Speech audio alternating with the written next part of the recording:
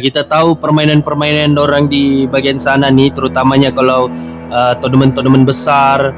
Ini kan lagi Piala Dunia, kelayakan Piala Dunia. Kita tahu yang mereka punya permainan mafia dorang memang cukup-cukup kuat. Macam AFC ni ibarat macam dorang ni ada kroni-kroni dorang sendiri lah. Contoh lah kan Arab Saudi sekarang. Arab Saudi siapa yang mau dikasih masuk betul-betul pergi Piala Dunia tu. Ini yang nonton ni terutama pendukung timnas Indonesia, bukan sekadar Indonesia yang dukung guys ya.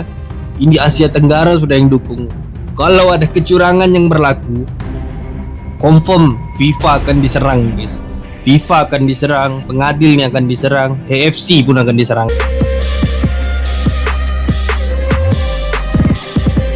Hey, what's up guys, welcome back to my channel again, yang Komen React. Boom. Oke guys, inilah pertandingan yang ditunggu-tunggu oleh jutaan mata di Asia Tenggara. Arab Saudi menentang Indonesia. Tapi tunggu dulu, ada yang janggal di balik layar. Seluruh pengadil yang bakal turun ke lapangan berasal dari satu negara, yaitu Kuwait, yang merupakan jiran dekat Arab Saudi. Persoalannya sekarang, apakah ini kebetulan atau sudah dirancang? Di saat Indonesia bersiap membawa harapan Asia Tenggara ke panggung dunia, justru muncul aroma permainan kotor dari balik tiupan peluit. Apakah timnas Garuda bakal dilibas bukan karena kalah bermain, tapi karena keputusan-keputusan aneh dari wasit serumpun Arab Saudi? Perlawanan ini lebih dari sekadar bola sepak. Ini soal keadilan dan dunia sedang memerhatikan. Oke guys, jadi ada beberapa video telah aku sediakan. Jadi jom sama-sama kita saksikan video tersebut. So, stay tuned.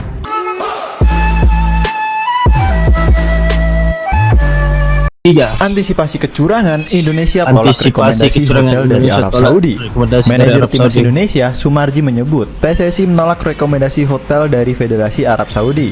Penolakan tersebut dilakukan usai tim PSSI melakukan pengecekan secara langsung di hotel tersebut. Timnas Indonesia akhirnya memilih menginap di Hotel Hyatt Jeddah, Arab Saudi. Hotel tersebut berjarak 37,8 km dari Stadion King Abdul Woi, bapak jauh City, so. tempat laga Indonesia melawan Arab Saudi dan Irak. Tak hanya itu, Ketua Umum PSSI Erick Thohir juga menyampaikan jika penolakan fasilitas dari Arab Saudi guna menghindari hal-hal yang tidak diinginkan. Apakah alasan PSSI menolak rekomendasi hotel dari Arab Saudi karena takut dicurangi, FIFA Mania? Oke, itu tapi jauh guys, 37 km kalau aku dah silap. Oh, jauh tu. Tapi kalau ini yang terbaik untuk timnas Indonesia, ya mungkin Erick Thohir sudah fikir tentang perkara ini. Jadi kalau mungkin itu yang terbaik, tapi tak tahulah kan, mudah-mudahan lah Indonesia menang melawan nanti Arab Saudi ni, Arab Saudi dan Irak ni. Sebab ya kita tahu permainan-permainan orang di bagian sana ni, terutamanya kalau tournament-tournament besar. Ini kan lagi Piala Dunia, kelayakan Piala Dunia. Kita tahu yang mereka punya permainan mafia dorang memang cukup-cukup kuat, memang tidak boleh diselindung lagi. Sebab mafia dorang ni one of the great mafia in the football guys ya. Tak ingin kena aksi nakal Arab Saudi, timnas Indonesia sewa bus sendiri. Timnas Indonesia memilih menyewa bus pribadi selama di Arab Saudi agar terhindar dari potensi gangguan atau aksi nakal tuan rumah, sekaligus demi keamanan dan kenyamanan pemain. Tak ingin kena aksi nakal Arab Saudi, tim Betul. Kemarin gue taping sama Arya Sinulinga di akun dia, oke? Kita bahas soal ini. Arya Terus dia bilang, Sinulinga. Coach, lu tahu nggak? Waktu kita main di Saudi, kita itu dikerjain, bis kita itu diputer-puter sampai 1 jam baru sampai stadion, yang harusnya cuma 20 menit. Nah, Itu Uish. kejadian beneran Iya. Coach ya? Semua itu bisa terjadi, Iya. dalam persiapan sampai di airport, sampai itu semua bisa terjadi. Disuruh tunggu lama di Dan itu terjadi di berbagai negara ya, Afrika Iya. sampai oh itulah alasan PSSI ataupun PSSI menolak fasilitas daripada Arab Saudi ni. Okey, aku faham sudah sekarang. Okey, sebab yalah kalau dilihat daripada penerangan Coach Justin tadi, kita boleh nampak yang mereka ada niat untuk bermain kotor di situ guys ya. mau perang antar dua negara disuruh Afrika tunggu berjam-jam di airport, bikin kesel, terus masuk ke hotel ada yang kurang. Let's say minta, biasanya kalau pemain bola ya, di kulkasnya itu isinya air doang. Mungkin airnya kurang, baru telepon kayak gitulah. Mereka punya banyak cara untuk ngerjain kita, bikin kita nggak nyaman. Dan itu sesuatu yang non teknis tapi ngeganggu ya Coach? Non teknis tapi mengganggu. Oke. Maka dari itu, Solusinya apa? Kalau menurut aku adalah semua persiapannya harus PSSI yang atur ya. Penyebutan bisnya PSSI aja. Jadi tepat waktu pemilihan hotel, makanan, semuanya harus. Sekarang itu menurut Arya mereka ambil alih. Betul, ini aku setuju ya. Ini aku setuju. Kenapa aku cakap begitu setuju? Disebabkan kalau Arab Saudi yang menyediakan fasilitas, bukannya sombong kah, nak mau ambil fasilitas yang diberikan Arab Saudi, bukan. Ini untuk persediaan, okey. Kita tahu teknik-teknik dorang. Okey, jadi aku setuju dengan apa yang PSSI buat ni, kerana mereka mengambil hotel sendiri, menyewa bas sendiri, kalau boleh makan pun, kalau boleh dorang makan tempat sendirilah, supaya nanti tidak ada hal-hal yang tidak diingini berlaku. Contohnya kalau makan, bayangkan cak guys ya, tiba-tiba kita tidak minta-minta lah, ada yang keracunan makanan kah, mungkin itu adalah salah satu teknik yang mereka boleh jadikan sebagai nanti alasan yang Indonesia kalah kerana tidak dapat hadir ke dalam perlawanan tersebut dikarenakan keracunan makanan. Itu boleh satu boleh jadi alasan guys ya. Dan aku harap PSSI, tapi aku tahu Erick Thohir sudah memikirkan semua tentang apa yang terjadi ini. Dia sudah cari jalan untuk jalan penyelesaiannya. Aku harapkan itu guys ya, sebab ini perlawanan, ini the final battle, final countdown guys. Iya, harus ambil alih. Itu sebenarnya itu doang. Nah, di lapangan kamera di mana-mana ya. Iya. Kita bisa tapi Di balik layar yang bahaya. Iya. kemarin good. Di balik layar yang bahaya lah, di balik layar kita tak tahu apa yang akan terjadi nanti. Bayangkan timnas makan, tengah makan tiba-tiba keracunan makanan, sakit perut semua, tidak dapat hadir. Ada lagi alasan Arab Saudi kan. Jadi aku harap PSSI itu dorang dapat ambil tahu tentang semua tu. Lepas tu dorang cari jalan penyelesaian. Federasi Arab Saudi kecewa dengan sikap penggawa timnas. Pihak Arab Saudi kecewa dengan sikap rombongan timnas Indonesia yang menolak fasilitas yang disediakan Arab Saudi. Okey, jadi aku baca di sini ya. Timnas Indonesia menolak menggunakan fasilitas yang disediakan oleh Federasi Arab Saudi, termasuk hotel dan bas para penggawa timnas. Okey, dari sini pun kita boleh tahu, tak apalah kalau mau kecewa, tak apa. It's okay lah kan, it's okay lah. Sebab ini final bro, ini boleh dikatakan final battle. Apa yang dilakukan oleh PSS ini aku dukung guys ya, aku nampak takut nanti ada jadi kecurangan di situ. Wah, itu bahaya guys. Tanpa Marcelino, tanpa Messi Hurst, tanpa Ivar Jenner. Iya apa? Marcelino tanpa Messi Hurst. Pemain yang tidak dipanggil, Mesilge, Steven Jenner, Marcelino, Struijk.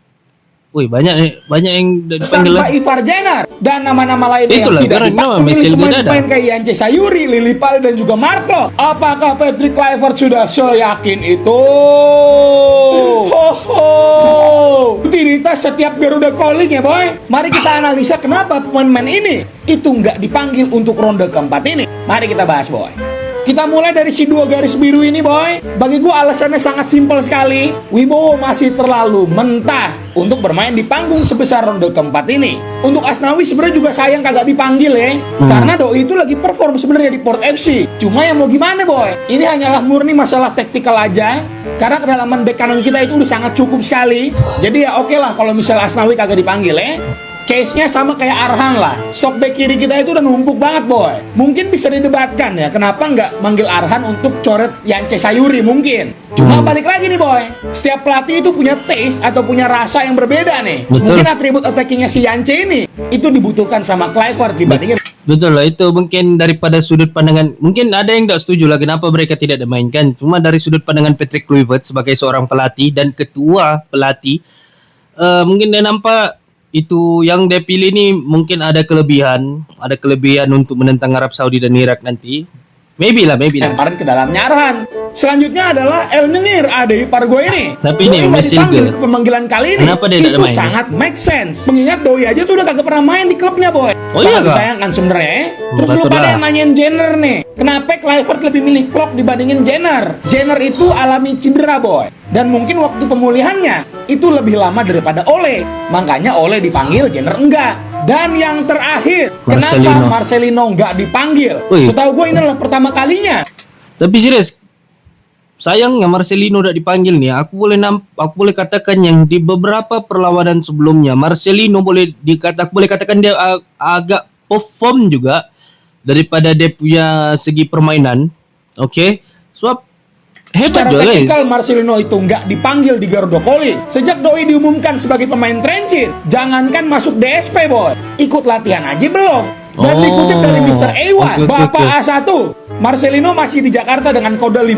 Gue nggak ngerti maksudnya apa ya. Coba lo yang tahu tulis di bawah, oke? Intinya menurut gue bahwa semua pemanggilan ini udah diperhitungkan matang-matang karena hasil ini itu benar-benar sangat menentukan sekali masa depan timnas Indonesia dan juga masa depan si El Bintang Laut itu sendiri. Jadi kita pertanyakan nggak Siapa El Bintang Laut? apa-apa, tapi jangan sampai kita nggak dukung tim. Oh, El Bintang Laut, Patrick. SpongeBob, astagfirullahaladzim. Nah, kalau menurut kalian gimana boy? Coba tulis di bawah ya. Terima kasih banyak buat followersnya. Tapi oke, di sini kalau kita lihat player-player yang dipanggil tuh mungkin tidak dalam keadaan fit, satu, tidak bermain, tidak ada latihan. Itulah paling simpel, tidak berada di dalam keadaan fit. Itulah. Oke, dan mungkin ada yang dalam keadaan fit tapi tidak dipanggil. Ini mungkin daripada sudut penglihatan seorang Patrick Kluivert, mungkin dia rasa yang siapa-siapa yang dipanggil tuh itu mempunyai kelebihan tersendiri apabila menentang nanti Arab Saudi dan Irak. Sebab kita susah juga mau cakap sebab dia seorang pelatih, ketua pelatih. Jadi kita tunggu keputusannya nanti, permainan, strategi, game plan apa yang diberikan, dan yang paling penting adalah kemenangan untuk timnas Indonesia. Itu yang paling penting guys ya. Lu lihat AFC sama Saudi, udah nggak make sense. Udah curangnya itu bukan di belakang layar lagi, udah terang-terangan di depan nih. Nih kita curang nih begitu. Udah venue-nya tiba-tiba dipilih tuan rumah. Terus statusnya kan harusnya venue-nya doang, bukan sebagai dia tuan rumah terus yang lain tamu. Enggak, statusnya venue. Dikasih tiketnya kayak away, kayak kita away, mereka home. Udah gitu wasit dari Kuwait, pantas Kuwait kemarin timnya nggak jadi uji coba sama kita, mungkin udah ada kong kali kong juga, ya. Tiba-tiba dia tunjuk dari Kuwait. Apa kong kali kong? Gak make sense. Dan PSSI sudah protes bagus, PSSI responnya. Tapi apakah nanti akan diubah? Gue sih tidak yakin. Kayak nggak ada wasit dari lain. Jepang ada, Australia ada, Korea ada. Emang kurang berkualitas ini dari sini, yang berkualitas dari Kuwait. Memang AFC ini, aduh ampun. Ya sudahlah. Semoga pemain-pemain, pelatih itu kan terima semua berita. Kita punya motivasi yang kalau perlu 13 kali lipat untuk bisa hajar Arab Saudi. Karena benar-benar ini non teknisnya udah 100% dikuasai oleh Arab Saudi. Ya, segitu dulu. Betul aku setuju lah. Satu tempat main di tuan rumah Arab Saudi. Menggunakan pengadil wasit negara jiran dorang, Kuwait. Kalau betul-betul kalau kita lihat sepatutnya kan benda tuh tidak boleh main di tempat sendiri. Itu satu guys. Cuma yang peliknya sekarang nih, kenapa boleh begitu? Kenapa boleh terjadi begitu? Inilah kuasa AFC nih kan, memang macam AFC nih ibarat macam dorang nih ada kroni-kroni dorang sendiri lah. Contoh lah kan Arab Saudi sekarang. Arab Saudi siapa yang mau dikasih masuk betul-betul pergi Piala Dunia tuh. Cara dorang tuh. Nah, jadi di sini Indonesia, aku harap mereka dapat buktikan yang bahwa mereka layak masuk ke Piala Dunia tuh untuk mengalahkan Arab Saudi tuh. Arab Saudi tuh, Irak tuh. Sebab dorang punya cara game plan memang bangsat sedikit guys ya. Dorang ada unsur-unsur mafia di situ. Memang bukan di balik layar lagi nih, jelas guys, jelas ditunjukkan. Belum juga main, Arab Saudi sudah melakukan kecurangan. Menjelang ronde keempat kualifikasi Piala Dunia 2026, Arab Saudi sudah sangat diuntungkan. Negara kaya tersebut banyak mendapat keuntungan dari Konfederasi Sepak Bola Asia. Entah dibayar berapa, sampai-sampai Presiden AFC seperti berpihak ke negara-negara Timur Tengah. seperti menggelar pertandingan bukan di tempat netral namun di kandang Arab Saudi. Padahal jika mau adil, stadion bisa ditempatkan di mana saja. Iya. Kedua, masalah waktu bermain, Arab Saudi juga sangat diuntungkan dan ini sangat merugikan timnas Indonesia. Bagaimana tidak, timnas Indonesia harus bertanding 2 kali hanya jeda 3 hari, sedangkan Arab Saudi Penat lah. hanya jeda bermain 6 hari. Indonesia harus bermain pertama pada tanggal 9 Oktober, 9 Oktober, lepas tu Oktober 12 dan lanjut Oktober. bermain kedua pada tanggal 12 Oktober. Tidak ada waktu istirahat yang Dipaksa, cukup guys, dan ya. latihan yang efektif. Dipaksa. Belum juga main, Arab Saudi Ini sudah Arab melakukan Saudi nih, memang AFC ni kan memang dorong style ni lain macam guys AFC ni ya. Takut nanti bayangkan Indonesia sudah gol, lepas tu sepatutnya dorang sudah tiup pun whistle tu tapi belum ditiup lagi. What the fuck man. Kan ini permainan dorang nih. Ini yang perlu kita lihat nih guys ya. Sampai ada sudah orang Indonesia sini komen, Indonesia kuat mental, Arab Saudi kuat duit. Inilah starting 11 terkuat dan terbaik yang bisa dipakai oleh Patrick Kluivert untuk melawan Arab Saudi dan Irak di ronde 4 nanti. Di mana untuk posisi kiper udah pasti ada nama Emil tapi Odero. Justin Meskipun Abda tadi Martin tiada Paes dipanggil sudah pula, dipanggil kan? kembali, namun melihat grafik dan statistik di klub masing-masing, Emil Odero lebih unggul Istinabna ada. daripada Martin Paes. Ya Ada dikarenakan nggak? Martin Paes Ada juga kan? cedera Ada. kemarin guys. Kemudian di lini belakang ada Kelvin Verdong, Justin Hubner, Jait Ses dan Kevin Dix. Nah kalau untuk lini belakang ada satu nama lagi yang bisa dimasukkan sebagai pemain inti yaitu Rizky Ridho, tergantung kondisional dan strategi yang diterapkan oleh Patrick Kluivert. Kemudian di tengah ada Joy Pelupesi dan Tom Haye dan didukung oleh Ricky Kambuaya serta trio lini depan terbaik saat ini menurut aku yaitu Ragnar Orakmangun, Ole Romeni dan Miliano Jonathans. Dimana harapan aku pribadi khususnya untuk trio lini depan yaitu Ragnar, Ole dan Miliano Jonathan itu benar-benar diturunkan sebagai starter guys saat melawan Arab Saudi karena trio ini udah pasti Yang inilah ini untuk kalau daripada sudut pandangan aku sendiri, Emil Laudero memang tak akan main guys ya. Sebab Emil Laudero memang tidak akan main sebab Patrick Kluivert sudah mengeluarkan kenyataan yang Emil Laudero masih cedera. Okey, dia tidak akan hadir di kualifikasi Piala Dunia ni round 4. Tapi ini cukup, aku boleh katakan ini cukup defense yang cukup kuat, midfielder, dan ini yang paling penting ni striker guys ya, striker. Tapi aku dapat rasa nanti apabila oleh Romeni diletakkan posisi begini, dia akan jadi, mesti ramai orang yang akan jadi target ya, akan target dia. Memang dia akan di lock habis nih guys oleh Romeni sebab dia ni daripada sudut pandangan aku striker yang hebat, yang tahu bila masa untuk shooting, yang tahu untuk kawal bola, dia lah ni. Tapi kalau dia pun apabila nanti di perlawanan tersebut dia di lock, itu agak susah sikit lah guys ya. sangat tajam. Gue lihat susunan wasit udah pengen ketawa aja udah. Ini Arab Saudi menentang Indonesia. Abdul Hadi Al-Ansi dari Kuwait. Ini wah matinya Bingung gue sama boy. FC udah gue udah nggak sanggup marah-marah, udah kelihatan gamblang banget curangnya. Pertama nih ya, kita bahas dulu dari Indonesia Arab Saudi ya. Dan gue sudah pernah bahas juga. Gue tuh orangnya nggak mau suzon, nggak mau fitnah. Ya fair kan, kita juga nggak mau fitnah, kita nggak mau suzon. Tapi masa sih kejadiannya kayak ini banget? Kayak kita mau international friendly match lawan Kuwait, tujuannya apa? Untuk bisa mempersiapkan diri nanti menghadapi lawan-lawan dari Timur Tengah. Tiba-tiba Kuwait membatalkan dengan alasan yang tidak jelas juga.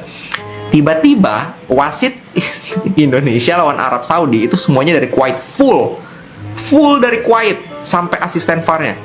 Jadi bukan wasit utama. Sampai asisten VAR-nya pun sama. Semua. Ya, kan itu bukan konspirasi ya, kayak mau konspirasi tapi kayak digamblang gitu, kayak gamblang ditunjukin gitu. Nih curang nih gue curang udah begini nih. Kayak gitu. Ya udahlah, itu yang pertama nih. Yang kedua, Manning Tiongkok. Semuanya dari China, satu dari Thailand. Wasit satu Thailand ini yang pernah merugikan kita juga. Shibakon Udom. Wasit ini pernah kasih Qatar di final Piala Asia Ini 3 pengadil korup. penalti. Kalau memang 3 penalti memang layak diberikan, nggak ada masalah. Cuman 3 penalti aja kontroversial. Udah gitu, apakah yang ini potensi berbahaya juga untuk timnas kita? Belum tentu. Tergantung hasil yang ini. Kalau misalnya kita kalah, yang dikerjain siapa di sini? Kira-kira Irak. Lihat aja nanti. Tapi kalau kita bisa menang di sini, wah kita dikerjain. Nah itulah settingan Arab Saudi yang sangat amat sudah bisa terbaca gitu loh. Nggak perlu punya indera keenam untuk bisa baca settingan Saudi dengan AFC. Tapi ya sudahlah, kita nikmati saja nanti seperti apa. Semoga dugaan kita semua, semoga kita hanya suuzon. Semoga memang dua wasit ini fair enough untuk memimpin laga kualifikasi Piala Dunia, karena kualifikasi Piala Dunia ini disaksikan oleh seluruh dunia juga. Jadi Ini aku rasa kan, kalau ada kecurangan yang berlaku nanti, memang siap-siap saja nih pengadil-pengadil nih semua. Kena nih semua nih. Confirm kena lah. Ini yang nonton nih, terutama pendukung timnas Indonesia, bukan sekadar Indonesia yang dukung guys ya. Ini Asia Tenggara sudah yang dukung. Kalau ada kecurangan yang berlaku, confirm FIFA akan diserang guys. FIFA akan diserang, pengadilnya akan diserang, AFC pun akan diserang guys. Yalah, Garuda calling ronda keempat kualifikasi Piala Dunia. Apa benda ni, Ronda? weh? Bagi kawan-kawan yang tak tahu, senarai 28 pemain yang akan ke Arab untuk memperjuangkan impian Indonesia ke Piala Dunia telah diumumkan semalam. Sebagai fans bola sepak neutral, abang tumpang gembira lah dan juga cemas untuk sahabat-sahabat serumpun. Garuda calling kali ini banyak surprise guys. Kejutan yang paling besar, Ole Romani sudah kembali. Sememangnya ini boost yang padu untuk timnas, tapi persoalannya adakah Ole bisa main untuk 180 minit? His Hilgers juga tidak dipilih. Untuk abang tak ada masalah selagi ada J. Itzes dengan Rizky Ridho di lini defense dan juga Emil Adero yang tengah on form sekarang di Serie A. Tapi ini sayang lah Emil Odero ni, serius lah. Untuk menjayakan taktikal baru 4-3-3 Patrick Kluivert, timnas perlu main dengan compact ke kawasan tengah dan juga laju buat serangan dari kawasan luas. Pilihan Joey Pelupesi, Mark Klok dan Ricky Kamboya di gelandang sangat sesuai dengan Tapi Ricky Kamboya tu yang hari tu aku nonton memang Tommy performnya sebagai dia guys ya. playmaker. Back sayap juga nampak mantap dengan pilihan pemain kegemaran abang Kelvin Verdong, Sandy Walsh dan juga Yaakob Sayuri. Tapi guys, firasat abang game changer untuk timnas kali ini ialah Dembele Indonesia, Miliano Jonathan dan Beckham Putra. Kelajuan dan direct play mereka akan menjadi kunci kejayaan timnas. Apa-apa pun abang mendoakan yang terbaik untuk timnas Indonesia dan semoga sang Garuda bisa terbang tinggi di Arab. Boleh, Yalah, boleh, Garuda. boleh. Okay guys, jadi sampai situ saja reaction aku tentang kecurangan Arab Saudi ni. Memang dorang ni kan bukannya unsur penipuan dorang tu, bukannya dorang mau kasih tapuk-tapuk lagi. Ini dorang kasih nampak sudah ya. Daripada pengadil dorang, tempat bermain, kan semua pemilihan daripada dorang semua. Jadi yang perlu Indonesia buat sekarang, buat betul-betul yang terbaik, sebab ini adalah perlawanan yang sungguh-sungguh ditunggu-tunggu oleh se-Asia Tenggara.